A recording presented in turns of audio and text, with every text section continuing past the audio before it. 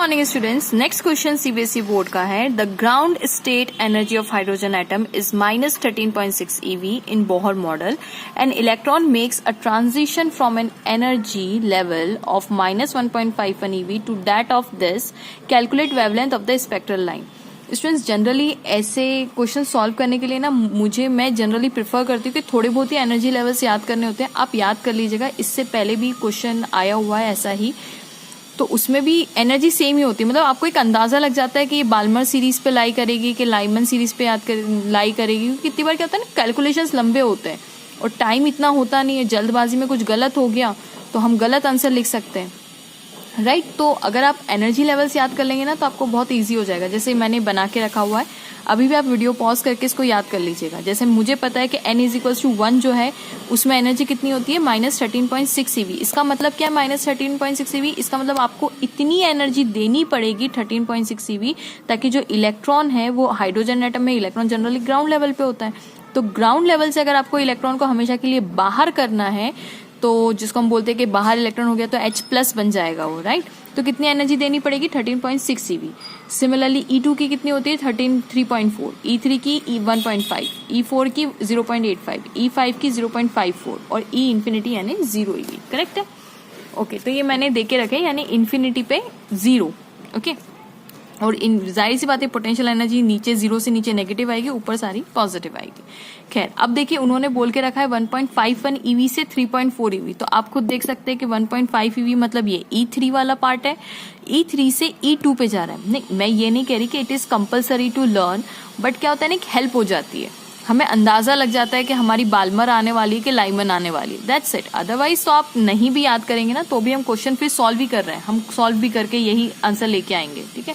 तो अब देखिए मुझे पता है कि 1.5 eV जो है E3 का लेवल है, देखिए 1.5, और जो टू दैट ऑफ 3.4, मतलब 1.51 से इलेक्ट्रॉन कहाँ जाएगा, 3.4 की तरफ।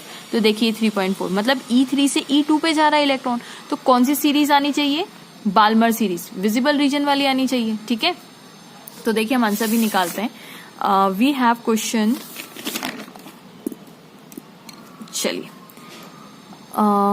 Delta E is equals to, हम जानते हैं E2 - E1 होता है। अब क्योंकि मुझे पता है कि ये E3 है तो मैं यहाँ पे E3 - E2 कर देती हूँ, ठीक है। आप E2 - E1 भी करेंगे तो भी कोई दिक्कत, E2 - E1 भी करेंगे, नो इश्यूज। बस इसका मतलब ये होता है कि इलेक्ट्रॉन कहाँ से और कहाँ तक जा रहा है। तो इलेक्ट्रॉन E3 से E2 की तरफ जा रहा है, तो दैट्स व्हाई माइनस करें E3 - E2, सिंपल, ओके। अब अगर आप इसको माइनस करेंगे तो what you will gate, E3 की वैल्यू हम यहाँ पे रख देते हैं। E3 की वैल्यू कितनी है, E3 की वैल्यू -1.51 eV, ठीक है। E3 - E2, इसी से E2 की तरफ माइनस इस क्वेश्चन में, और E2 की वैल्यू कितनी है, -3.4 eV, ओके। तो ये हो जाता, that will be equals to delta E which is equals to -1.51 eV plus हो जाएगा 3.4, और इसको अगर आप सब्ट्रैक्ट करेंगे you will get answer 1.89 eV। eV में हमें जूल में कन्वर्ट करना पड़ेगा। अब वो बोल रहे कि वेवलेंथ कितनी होगी, मतलब हमसे क्या पूछा गया है, वेवलेंथ पूछा गया है, ठीक है। तो वेवलेंथ निकालने के लिए we have very best formula, delta is equals to hc/λ और lambda is equals to hc upon delta E, ठीक है। तो h की value 6.63 into 10⁻⁻34 joule second into 3 into 10⁻8 metre second है ना इसकी। अब ये EV है यहाँ पे, है ना। डेल्टा E की वैल्यू कितनी आई, 1.89 EV। इसको अगर जूल में कन्वर्ट करना है तो आपको क्या करना पड़ेगा, E की जगह उसकी वैल्यू रख दीजिए 1.6 इंटू 10⁻⁻19 जूल। अभी कन्वर्ट हो गया, ठीक है, एनर्जी जूल में कन्वर्ट हो गई। तो बस हमें क्या करना है, 1.89 इंटू 1.6 इंटू 10⁻⁻19।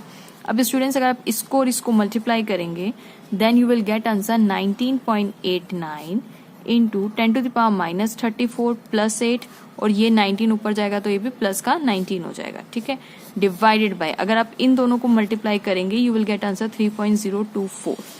अब क्योंकि एग्जाम में कैलकुलेटर होता नहीं है तो अप्रोक्सीमेशन से चलेंगे हम, ठीक है। ये 19.89 है तो लगभग मैं इसको 20 लिख सकती हूँ, ठीक है। 20 इंटू 10⁻⁻7 इसको कैलकुलेट करेंगे, डिवाइडेड बाय इसको मैं अप्रोक्सीमेटली 3 लिख सकती हूँ, है ना, 3.024 3 लिख दिया, तो answer will be 6.66 into 10⁻⁻7 metre. अब इसको अगर आपको करना है करिए, अदरवाइज नैनोमीटर में कन्वर्ट करके दिखा रही हूँ। नैनोमीटर में कन्वर्ट करना है, मुझे डेसिमल शिफ्ट करना है, तो 1 और 2 डिजिट पे डेसिमल शिफ्ट किया, तो 6 इंटू, अगर इस साइड शिफ्टिंग होती है तो माइनस में क्या होगा, एडिशन होगा, मतलब -7 और 2 डिजिट शिफ्ट किया तो -2, which is approximately equals to 666 into 10⁻⁻9 metre.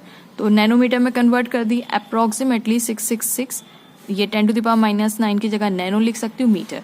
और देखिए विजिबल रीजन में ही लाई करती है, ठीक है। तो बाल्मर अगर सीरीज पूछी जाए तो ये बाल्मर सीरीज होगी, ठीक है। और ये लगभग हमारी रेड की तरफ ही आ रही है ना, यहाँ से यहाँ पे जा रहा है, इलेक्ट्रॉन का ट्रांजिशन हो रहा है।